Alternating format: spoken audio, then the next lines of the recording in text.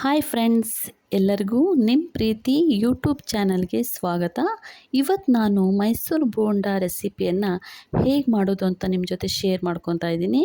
ಬನ್ನಿ ಫ್ರೆಂಡ್ಸ್, ಇಲ್ಲಿ ನೋಡಿ, ನಾನಿವಾಗ 1 ಕಪ್ ಮೊಸರನ್ನು ತೊಗೊಂಡಿದ್ದೀನಿ. ಅದಕ್ಕೆ 1/4 ಸ್ಪೂನ್ ಅಡುಗೆ ಸೋಡಾವನ್ನು ಹಾಕ್ತಿದ್ದೀನಿ, 1 ಸ್ಪೂನ್ ಜೀರಿಗೆ, ನೆಕ್ಸ್ಟು ರುಚಿಗೆ ತಕ್ಕಷ್ಟು ಉಪ್ಪನ್ನು ಹಾಕಿ ಇದನ್ನು ಚೆನ್ನಾಗಿ ಕಲಿಸ್ಕೋಬೇಕಾಗುತ್ತೆ. ನಾನಿವಾಗ ಸ್ಪೂನಲ್ಲಿ ನೋಡಿ ಚೆನ್ನಾಗಿ ಇದನ್ನು ಕಲಿಸ್ಕೋತಿದ್ದೀನಿ.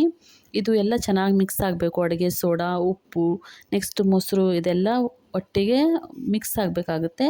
ಸೊ ನಾನಿವಾಗ ಇದನ್ನು ಮಿಕ್ಸ್ ಮಾಡ್ಕೋತಾ ಇದ್ದೀನಿ. ಚೆನ್ನಾಗಿ ಮಿಕ್ಸ್ ಮಾಡಿಕೊಂಡು ಅದಕ್ಕೆ ಇವಾಗ ನಾನು ಚಿಕ್ಕದಾಗಿ ಕಟ್ ಮಾಡ್ಕೊಂಡಿರುವಂತಹ ಕರಿಬೇವು ಸೊಪ್ಪನ್ನು ಹಾಕ್ತಿದ್ದೀನಿ. ಇದಕ್ಕೆ ನಾನು ಅರ್ಧ ಕಪ್ ಮೈದಾ ಹಿಟ್ಟನ್ನು ಯೂಸ್ ಮಾಡ್ತಿದ್ದೀನಿ.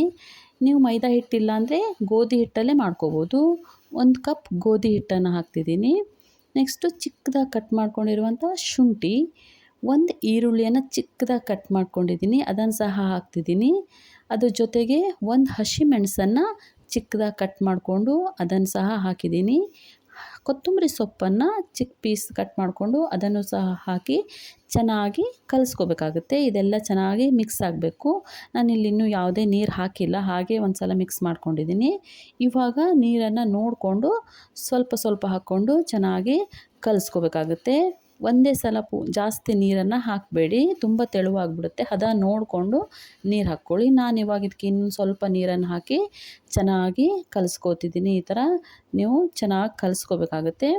ಈ ಥರ ಚೆನ್ನಾಗಿ ಕಲಿಸ್ಕೊಂಡು ಇದನ್ನು ಒಂದು 15ರಿಂದ 20 ನಿಮಿಷ ನೆನೆಯೋದಕ್ಕೆ ಬಿಡಬೇಕಾಗುತ್ತೆ. ಅಷ್ಟರಲ್ಲಿ ನಾನಿವಾಗ ಇದಕ್ಕೆ ಕಾಂಬಿನೇಷನ್ ಆಗಿ ಗಟ್ಟಿ ಚಟ್ನಿಯನ್ನು ರೆಡಿ ಮಾಡ್ತೀನಿ. ಅಲ್ಲಿವರೆಗೆ ಇದು ಚೆನ್ನಾಗಿ ನೆನೆಯುತ್ತೆ. ಸೊ ನಾನಿವಾಗ ಎಣ್ಣೆಯನ್ನು ಕಾಯೋದಕ್ಕೆ ಇಟ್ಟಿದ್ದೆ.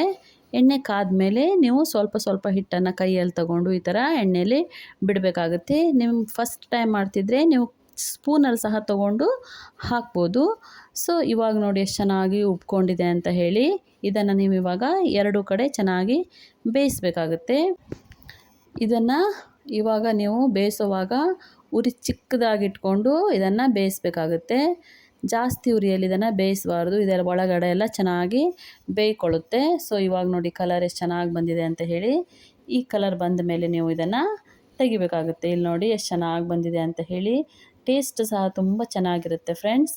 ಖಂಡಿತ ನೀವು ಮನೇಲಿ ಒಂದು ಸಲ ಇದನ್ನು ಟ್ರೈ ಮಾಡಿ ಹೇಗೆ ಬಂದಿದೆ ಅಂತ ತಿಳಿಸಿ. ಮನೆಯಲ್ಲಿ ಮಕ್ಕಳಿಗೆ, ದೊಡ್ಡವರಿಗೆ ಎಲ್ರಿಗೂ ತುಂಬ ಇಷ್ಟ ಆಗುತ್ತೆ.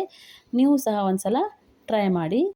ವಿಡಿಯೋ ನಿಮಗೆ ಇಷ್ಟ ಆದರೆ ಲೈಕ್ ಮಾಡಿ, ಸಬ್ಸ್ಕ್ರೈಬ್ ಮಾಡಿ, ಸಪೋರ್ಟ್ ಮಾಡಿ ಫ್ರೆಂಡ್ಸ್. Thank you.